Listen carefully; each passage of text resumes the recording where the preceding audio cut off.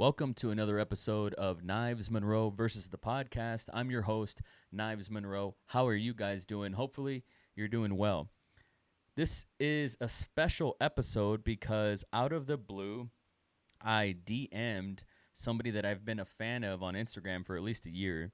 On TikTok, and I DM'd him on Instagram, and I asked him to straight out of the gate, would he record a podcast with me and talk to me on the podcast? And he said yes.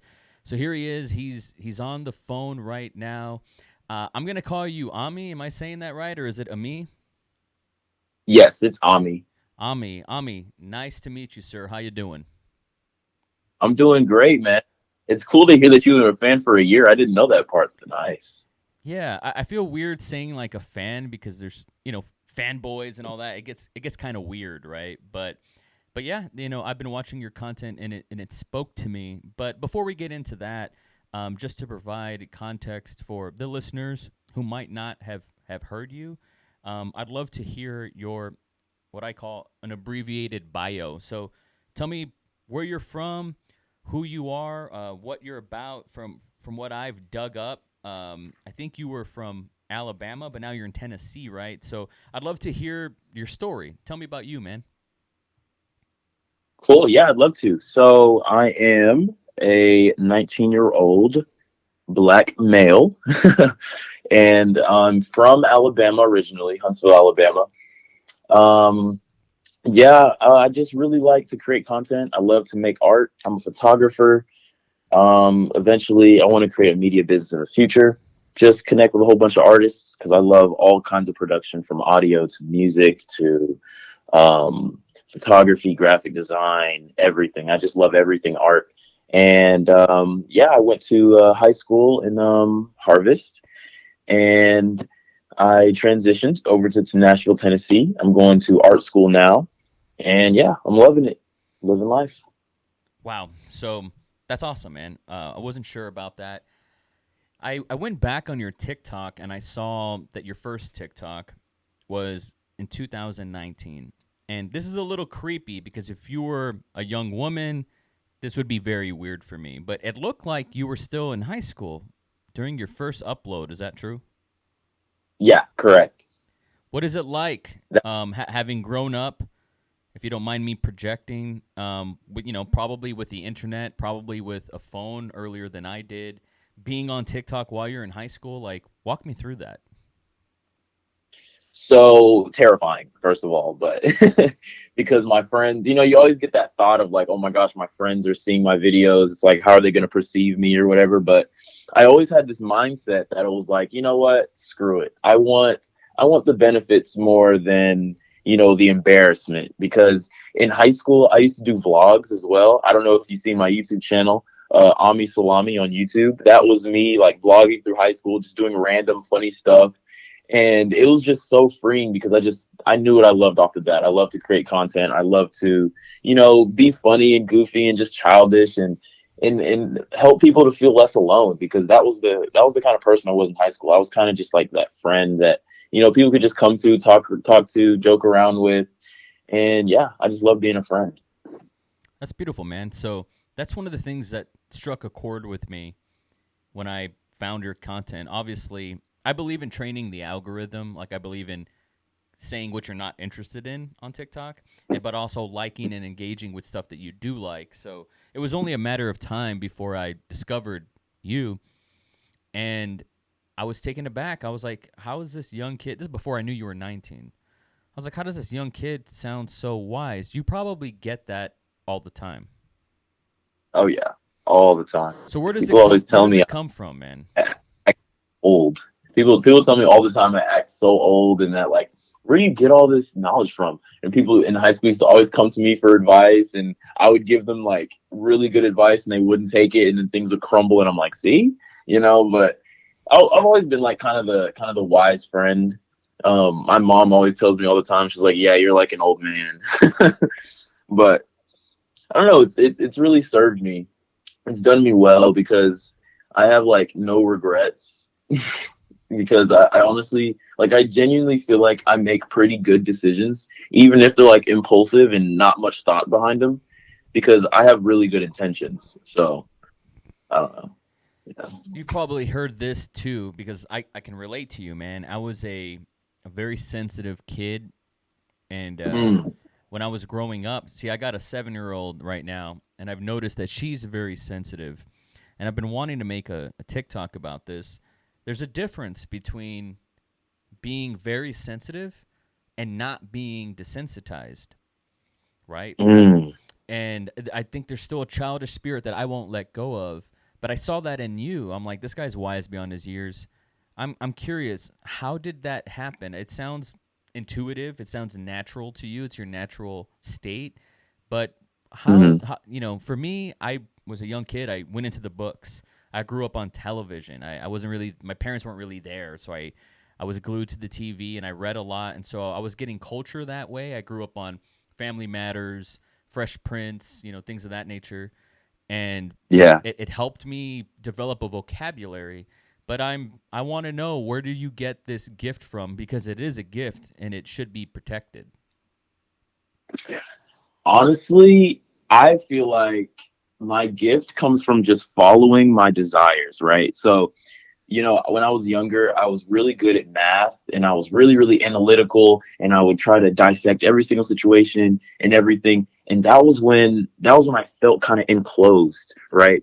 And then people would always come for me. People would like growing up, I had a lot of hate come my way. And I didn't know why. Like I was genuinely just being myself. I was kind to people just naturally. Like I was just doing things naturally, and people just really did not like that. And I found out very early on that these people were jealous of me, and that I kind of used that and I kind of like understood that in a way. And I was like, okay, so if these people don't like me, that means I'm doing something right, So I kind of just leaned more into my childish side.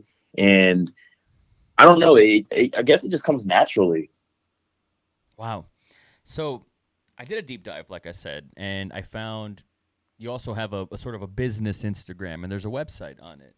And I saw that you offered creative coaching. Is that what you call it? Yes, that's what I want to get into eventually. Okay. So I respect that. There is a rather, what's the word I'm looking for? Legitimate, sort of it might leave a bad taste in people's mouths that are in their 30s, 40s, and 50s. Like, why would I take advice from a 19-year-old? Right. So I think there's something legitimate about life experience and things of that nature. What is it like being a 19-year-old life coach, essentially? It's really fun. I love it because people just DM me. It's usually people my age, which is kind of what I'm gearing towards with the one-on-one coaching calls because I know a lot of people that they don't give themselves permission to express that creative side just based on their environment and who they're around. And I feel like with the internet and social media, it's more important than ever to just explore that weird creative side, maybe even controversial, just express it all because you never know what that can erupt into.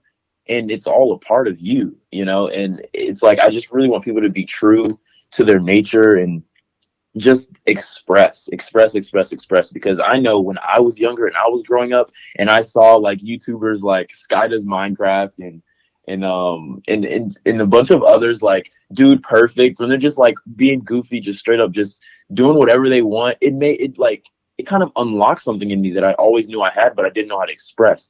And I realized that the only way to express it is just to do it naturally. Like you have those random thoughts and then you're like, oh, but maybe I shouldn't do this, or maybe I should do it this way or this way. That's like the ego kind of breaking you down. And I honestly feel like when those impulsive or like random thoughts come in, that's the best time to create. Like even if it's like wrong, quote unquote, or like bad, you should just create it anyway because it's you. Oftentimes, like as a creative, I do this all the time too. I often see things as like, okay, I need to do it right. I need to do it with the popular trends. I need to coincide it so it resonates more. But it's like that's not real. It may be a form of creation, but it's like glorified, like prepared, and I don't really like that. I kind of just like impulsive, just go out, create, do whatever you want to do, and just see how it works. And because then you feel a lot better. Well, I feel a lot better when I do it that way. And I honestly really like when people just put out non-polished, just creative works. It's just like pure flow. So yeah. Man, see, this is why I wanted to talk to you. That's really interesting to me. Your perspective. Just to give you a little bit of context, and my listeners on this podcast have heard me say this so many times, so I apologize to them because they've heard me say this ad nauseum. But I decided when I was 16 years old in 2004 that, oh shit, I'm a filmmaker, and it all came together, and I've been doing it for 17 years, and I'm happy to say that I've been able to meet amazing people, travel around the country, and do it on my terms. And there's been a lot of pain that has come from that, but it wasn't easy because in 2004 it was a much different time. There wasn't really iPhones. There wasn't social media so readily available. I mean, blogs were kind of the thing at the time, but it wasn't about getting laid using Tinder or something. Like it's so sophisticated now. But what you're talking Hmm. about, here's what I admire the most about your generation, man. Obviously, there's insecurities. We're all human beings. We all have a 2 million-year-old brain. We all reckon with that.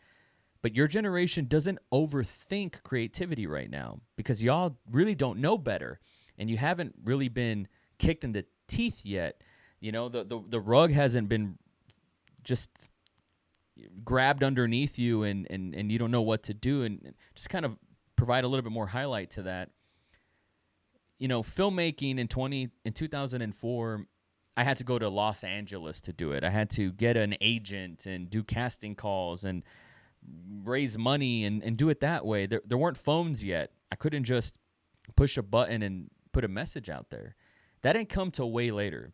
So it was really uncool to be a photographer, videographer, filmmaker, YouTuber. It was uncool. It was corny for a while.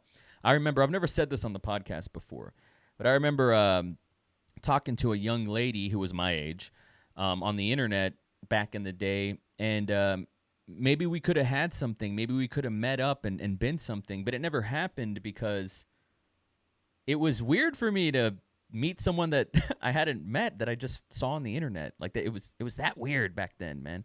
Just 10, 20, 10, 12, 13, 14 years ago. And when I saw your videos, I was like, this is what I'm talking about. See, I also have a 15-year-old son, and he's closer to your age than you're closer to my age. And and that's what people my age are fucking missing. They're missing that we're in our heads. We're judging ourselves.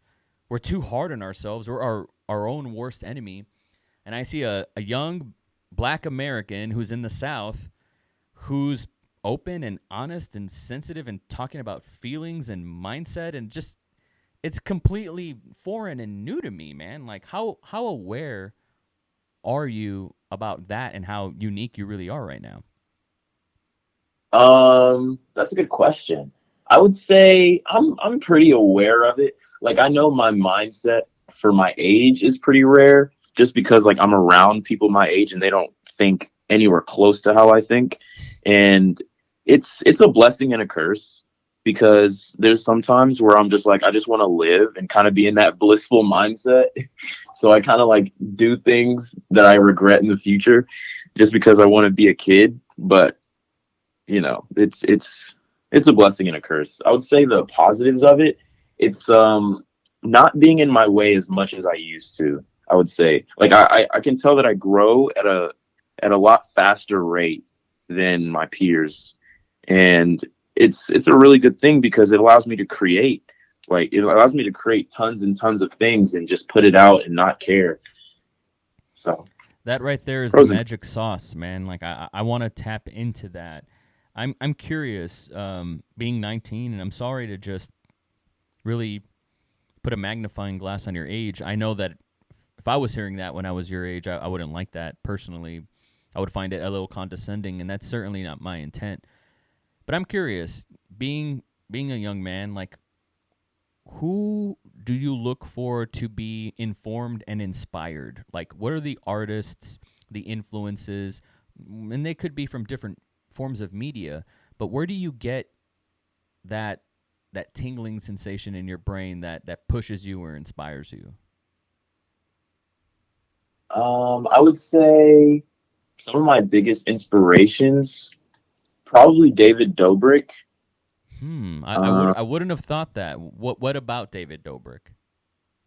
David Dobrik, he's so free. He's a kid, you know. He's just a big old kid. He doesn't care about perceptions. He doesn't care about all the political side of anything. He just creates. He has ideas. He does them, and he laughs, and he just has fun, and he has this great group of friends that are like supportive, and there's a little bit of drama in there, so you can tell, you know, he's human, but it's liberating because it shows you that you can build a living just doing whatever it is you want to do and just keep having fun. You can like creating from your vulnerable state and not, you know, trying to lean too far into one side or lean too far into this side or have all the research now or it's liberating, it's freeing. And also another really big inspiration for my stuff is believe it or not, PewDiePie. I believe PewDiePie it. is I believe that.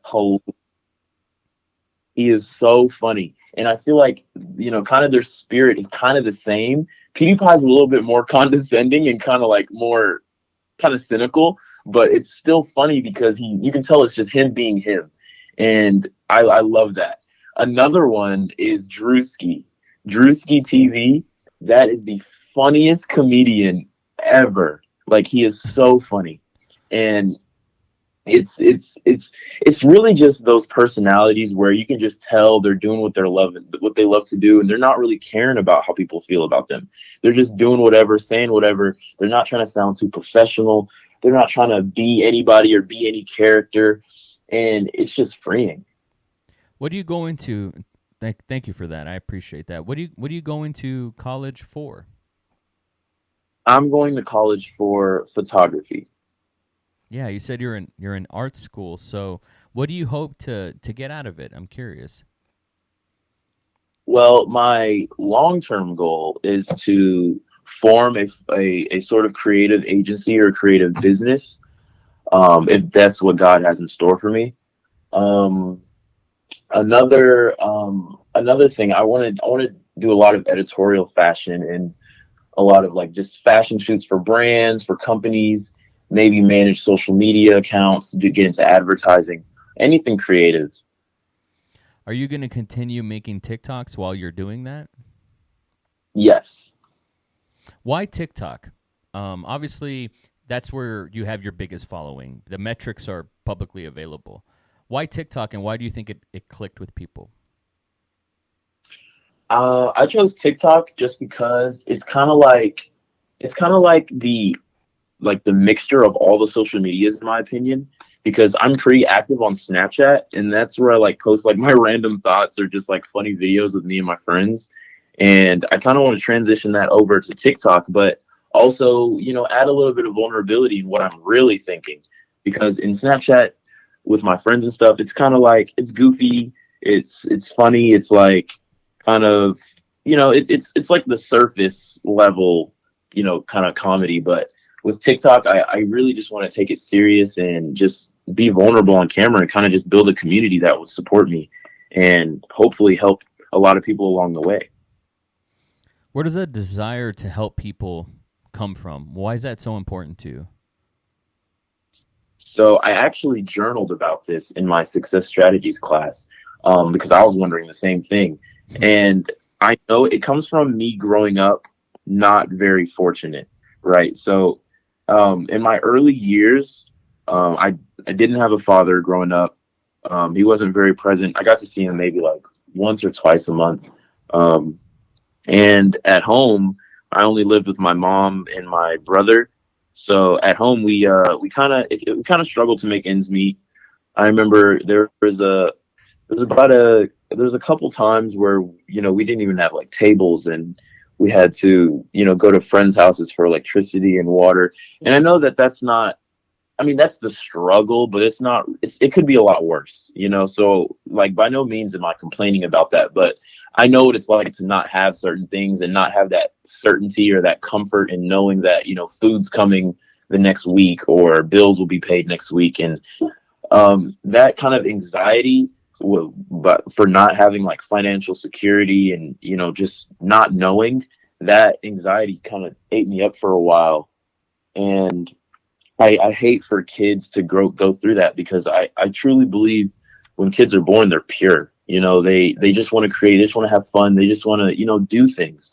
And I just really I want my generation to know that no matter what obstacles hit your way, things have the opportunity to get better, and you can be happy while in a bad situation. It's all about, how you feel about yourself and how you perceive yourself and things that you can be grateful for. So I just want everyone to experience that, that happiness and that security and that stability. Totally, man. That's a great answer. It's the older we get, different things become priorities, and we forget that, and then we get caught up on living and maybe getting by, and then it gets back to what you just mentioned, that happiness again. We forget, and then we have to unlearn and relearn a bunch of things that serve us.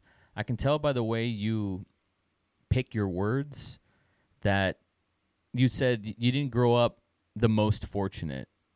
That was a very empowering way to compose that sentence. You could have said, I grew up fucking poor. I grew up, this, that, and the third. You could have really painted it. You could have put a lot of sauce on it, and you didn't. I can hear, I can hear the effort. I can hear the mindfulness in your approach, and I really respect that, man.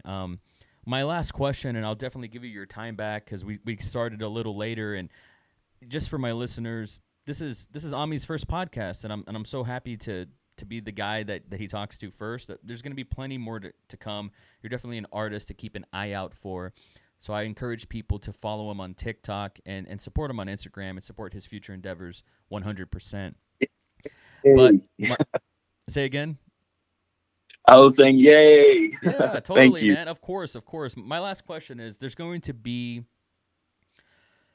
someone who nothing's going right for them. They're blaming the world. They're blaming God. They don't know what to do. They don't know how to break pattern. Where do they start? What would be your advice for them? Mm, that's a good question.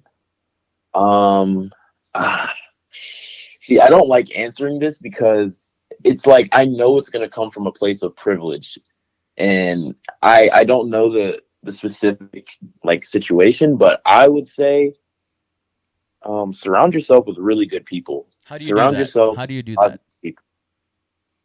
I would say start at the church, even if you're not religious. Start at the church. Get in your community. Start volunteering. Maybe a choir. Maybe just a small club, and just get around positive energy, because it'll give you a completely different mindset when you're around people who actually want to give and actually care about you and care about your time and care about your feelings. Because I noticed that, I credit myself a lot for, my mindset and stuff, but it's really not. Like, all the credit is not mine at all.